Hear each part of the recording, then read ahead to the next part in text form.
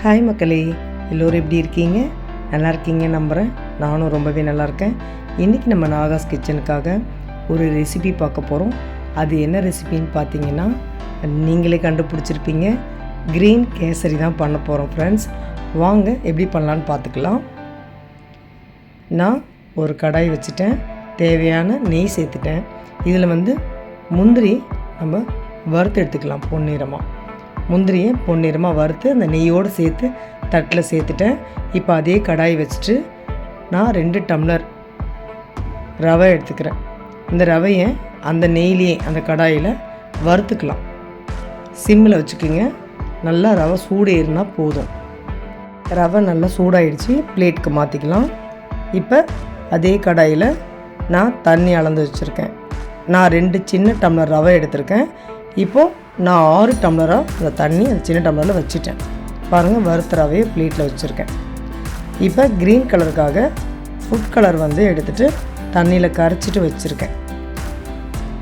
இப்போ நம்ம சேர்த்த அந்த 6 டம்ளர் தண்ணி நல்லா கொதிக்குது. ஃபுட் கலரை அதில் சேர்த்துக்கிறேன்.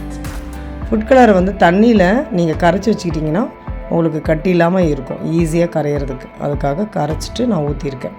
இது நல்லா கொதிக்கக்குள்ளே நம்ம ரவையை சேர்த்து மிக்ஸ் பண்ணிக்கலாம்.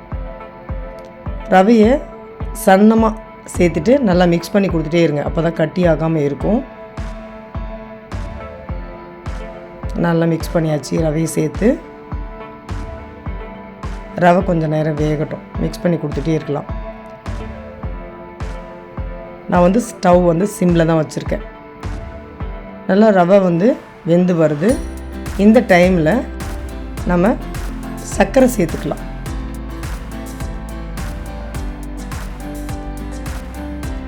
ரெண்டு டம்ளர் ரவைக்கு நான் 1.5 டம்ளர் அந்த அளவுக்கு நான் சர்க்கரை சேர்க்குறேன்.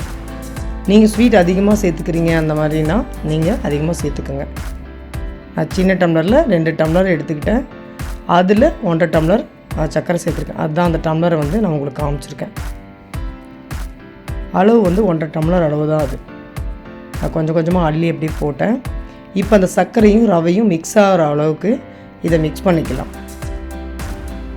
ஸ்டவ் சிம்லே தான் இருக்கணும், அப்போ தான் உங்களுக்கு கட்டிப்படாமல் இருக்கும். இப்போ அந்த சர்க்கரையும் ரவையும் மிக்ஸ் பண்ணக்குள்ளே கொஞ்சம் உருண்டு வர மாதிரி இருக்கும். ஆனால் நீங்கள் மிக்ஸ் பண்ணி கொடுக்க அது எல்லாமே ஈவனாக ஆகிடும். நான் பாருங்கள், மிக்ஸ் பண்ணி கொடுக்குறேன். சின்ன சின்னதாக அந்த உருண்டையாக வந்த மாதிரி இருக்குது பாருங்கள். அதை மிக்ஸ் பண்ணி கொடுக்க நல்லா மிக்ஸ் ஆகிடும். பாருங்கள், இந்த மாதிரி நல்லா மிக்ஸ் பண்ணிக்கணும்.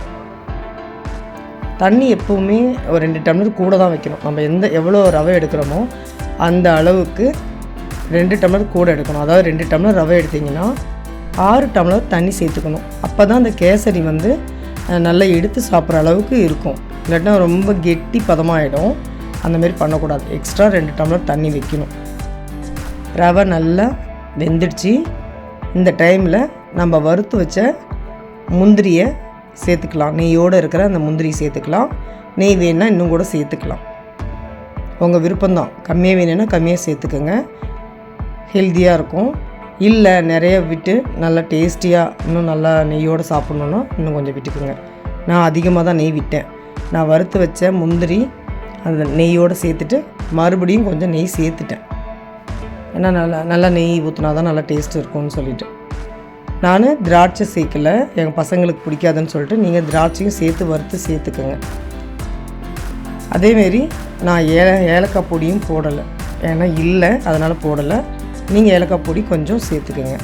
அவ்வளோதான், கேசரி சூப்பராக ரெடி பண்ணியாச்சு. க்ரீன் கேசரி ரொம்பவே டேஸ்டியாக வந்திருந்தது. நீங்களும் இதேமாரி செய்து சாப்பிட்டு பாருங்கள். நான் டேஸ்ட் பண்ணுறேன்.